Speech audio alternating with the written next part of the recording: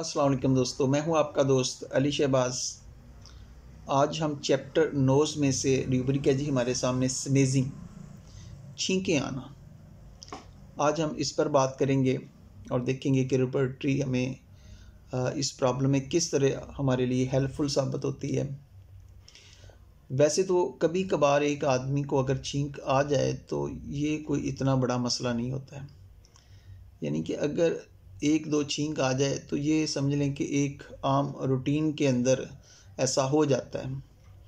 लेकिन अगर किसी को इससे हटकर बहुत ज़्यादा छींकें आती हैं, उन छींकों की वजह से वो बहुत ज़्यादा परेशान है या उसको दौरे की सूरत में आती हैं, बाज़ लोगों में देखा गया कि वो छींक कर उनका बुरा हाल हो जाता है, तो फिर ऐसे में उनकी जो काज़ेस होती हैं उनको फोकस करना पड़ता है और फिर उस पर जाके दुआ को सिलेक्ट किया जाता है।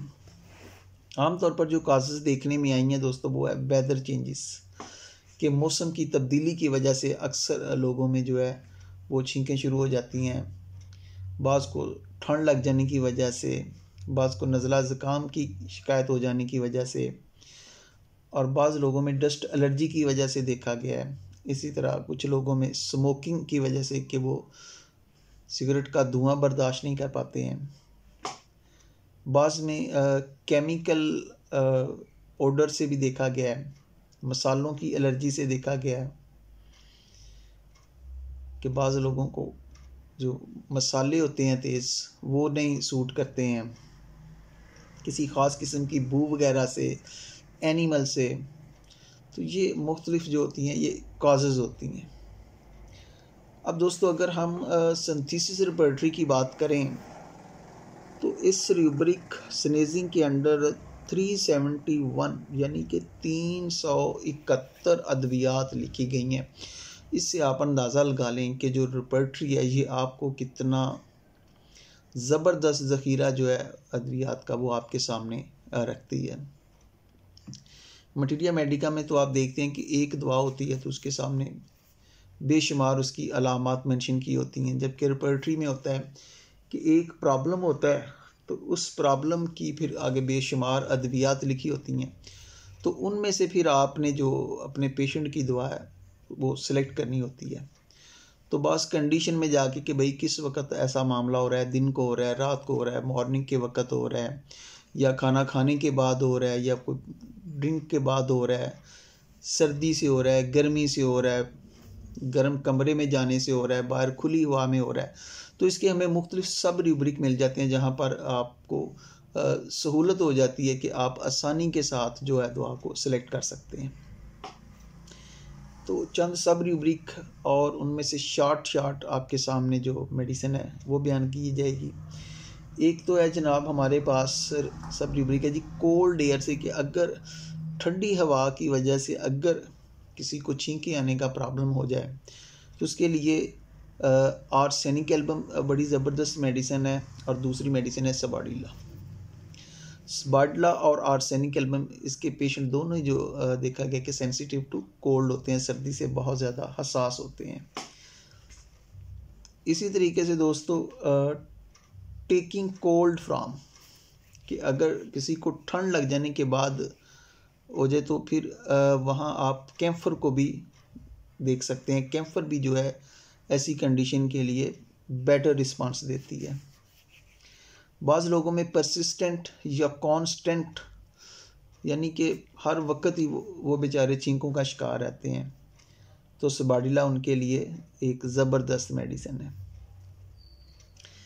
इसी तरह अगर कुछ लोगों में डस्ट की वजह से छींकें आती हों तो उनके लिए ब्रोमियम जो होती है ये बहुत ही अच्छा रिस्पांस देती है।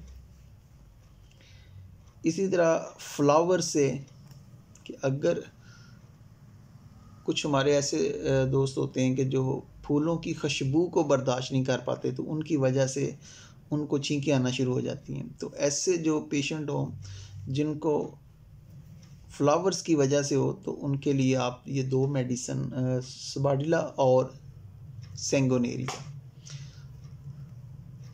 इसी तरीके से अगर पेशेंट को वायलेंट स्नेजिंग आ रही हो, तो उसके लिए भी आर्सेनिक एल्बम, सबाडिला, एलियम सीपा, इन 3 अद्वियात में से आप सिलेक्ट कर सकते हैं।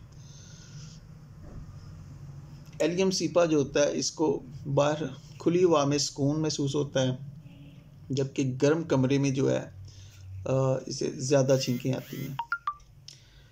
इसी तरह हमारे पास एक रूब्रिक है जी, प्रॉक्सिमल्स, दौरेदार या नोकतीपन जिनके कंडीशन आपको मिले तो उनके लिए भी सबाडीला है।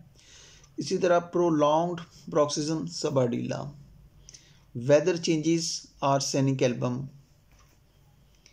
स्नेजिंग परसिस्टेंट, इस पर बात हो चुकी है सबाडीला। अच्छा जी, एक हमारे पास और ज़बरदस्त सब रूब्रिक है जी, putting hands water in on, कि अगर मरीज़ कहे कि डॉक्टर साहब जैसे ही मैं हाथों को पानी में डालता हूँ तो मुझे छींकें शुरू हो जाती हैं, तो इसके लिए फास्फोरस जो है ये बहुत ही ज़बरदस्त मेडिसिन है। तो दोस्तों आज हम मुख्तसर सी बात करेंगे सबाडीला पर।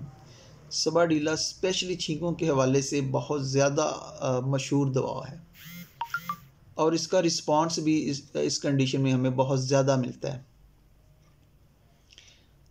तो ऐसी छींकें जो मुसलसल छींकें हों तो उनके लिए ये दवा जो है बहुत ही मशहूर है, चाहे वो नज़र ज़ुकाम के साथ हों या नज़र ज़ुकाम के बगैर हों, चाहे वो मुसलसल हों चाहे वो दौरों की सूरत में हों।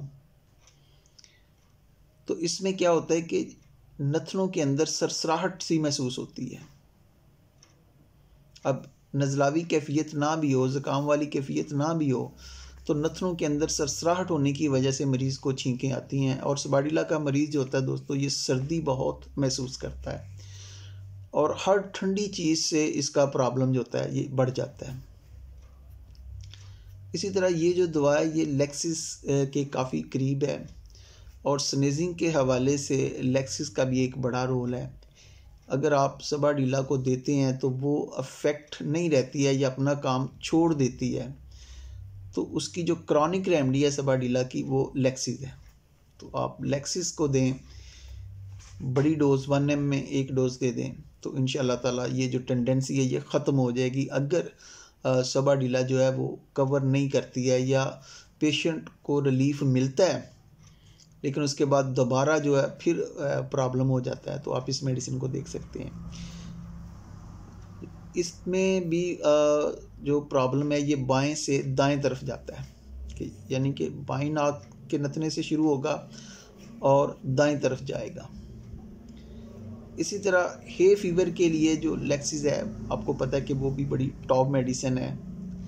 सबाडीला जो है ये मौसम बहार के प्रॉब्लम के लिए लेक्सिस और सबाडीला दोनों ही ज़बरदस्त मेडिसिन है। और अगर मौसम ख़ज़ां की बात की जाए तो यहाँ पर एलियम सीपा जो है ये शानदार रिज़ल्ट देती है। तो दोस्तों ये थी छींकों के मतलब कुछ सबाडीला की मालूमात। तो आप इस दवा को अगर पूरा स्टडी करें तो इसके अंदर आपको बहुत ज़्यादा फ़ियर की सेंसेशन मिलेंगी, बहुत ज़्यादा खौफ की सेंसेशन मिलेंगी और ये एक बहुत ही ज़बरदस्त रेमेडी है। लेकिन आज का जो हमारा टॉपिक है वो स्नेजिंग पर था, तो स्नेजिंग के अंडर ये बहुत ही ज़बरदस्त मेडिसिन है और ये अक्सर देखा गया है कि जनाब जब हम इसका इस्तेमाल करवाते हैं तो ये हमें